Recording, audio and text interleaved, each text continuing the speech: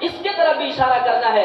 الحمدللہ رمضان میں قرآن پڑھنے کا ماحول رہتا ہے، جڑے قرآن سے، علماء سے جڑ کر قرآن کی تصحیح کریں، حفاظ سے جڑ کر قرآن کی تصحیح کریں، اور مکاتب جو بہترین انداز میں، ہم خاص طور پر سپارہ گاؤں کی ضمانت دیتے ہیں کہ شاندار انداز میں سپارہ گاؤں میں مکاتب کا نظام الحمدللہ قائم ہے۔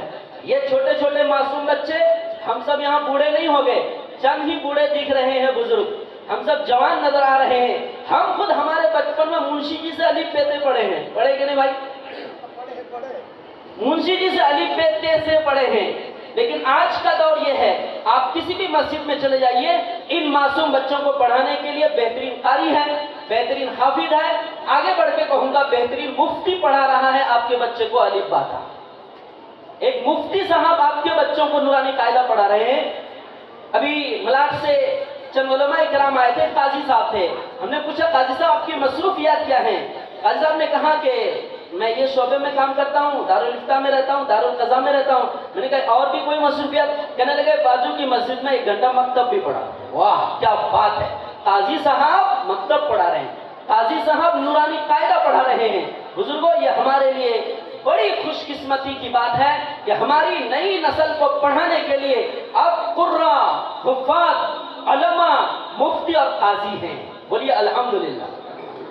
جوڑیے اپنے محلے کے مکتب سے بچوں کو جوڑیے، ایک بھی بچہ محلے کے مکتب سے باہر نہ رہے، اللہ کے گھر سے مسجد سے باہر نہ رہے۔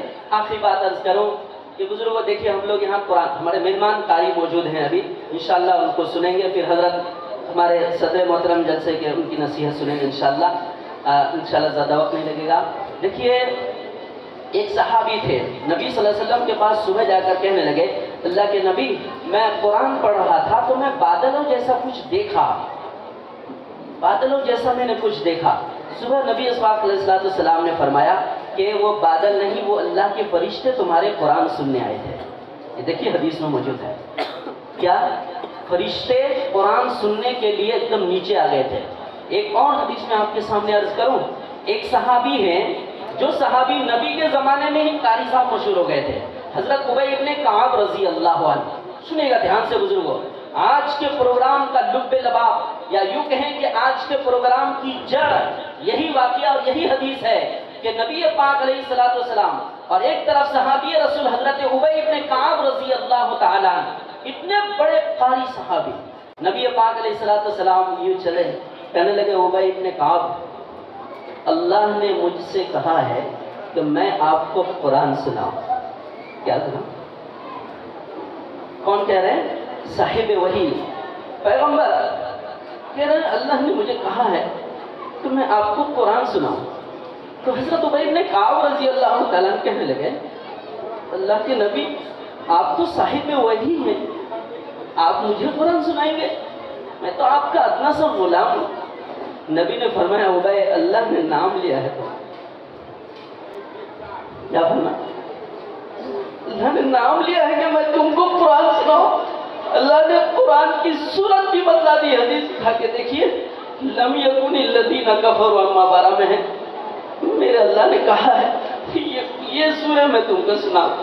حضرت ابی ابن کعب رضی اللہ تعالیٰ پھوٹ پھوٹ کر رونے لگے، اللہ کے نبی آپ سنائیں میں سنوں گا؟ کیسے نبی قرآن سنا رہے ہیں، صحابی بزرگوں اسی کی جھلک ہے۔ ملک کے مہناز قربا سے ہم وہی الہی کلام الہی سننے کے لیے ہم بیٹھے۔ کبھی بھی یہ مجلس کدھر بھی قائم ہو بزرگوں، بڑے امن و سکون کے ساتھ تھوڑی دیر اس مجلس میں بیٹھ کے سن لینا۔ سنت رسول ہے، سنت خدا بندی ہے، کریں گے انشاءاللہ۔ اللہ ہم سب کو عمل کی توفیق عطا فرمائے، قرآن سے محبت کی توفیق عطا فرمائے۔ اللہ تعالیٰ زندگی پر ہم سب کو قرآن و سنت پر قائم دائم اور باقی رہنے چلنے کی توفیق عطا فرمائے۔ ہماری نسلوں کو اور ہمیں بھی دین کی خدمت کے لیے اللہ قبول فرمائے۔ وآخر دعوانا جزاکم اللہ۔ ایک بات یہ عرض کروں، اللہ مفتی صاحب کو جزائے خیر دے، ہر وقت میرا نام آگے کرتے ہیں، لیکن اگر میں یہ کہوں کہ میں نے دانہ اگر بویا ہے تو اس کو پانی دینے والا، اس کی رکھوالی کرنے والا، اس کو جو ہے سیراب کرنے، اس کو جو ہے بلند کرنے والا، اس کی حفاظت کرنے والا، اگر میرا ساتھ کس نے دیا ہے، یہ تمام علماء نے دیا ہے، اور خصوصاً مفتی صاحب جو ہے میرے ساتھ ہر وقت ساتھ میں رہے ہیں۔ آپ نے دیکھا ہے اگر ہم نے ارادہ کیا ہے تو مفتی صاحب نے آخر تک ساتھ دیا ہے، لیکن حضرت کی جو ہے ذرا نوازی ہے کہ حضرت نے مجھ کو آگے کیا، اپنے نام کو چھپایا، لیکن اللہ جو ان کی بہترین جزا عطا فرمائے۔ ہم دیکھ رہے ہیں کہ اسی کا نتیجہ ہے، جب 2 یا 3 افراد ہم نے ارادہ کیا اور اللہ جل شانہ نے اتنا بڑا پروگرام کروایا، اللہ تعالیٰ اس پروگرام کو ہماری ہدایت کا اور ہمارے نسلوں کا ذریعہ بنائے، آمین۔ ماشاء اللہ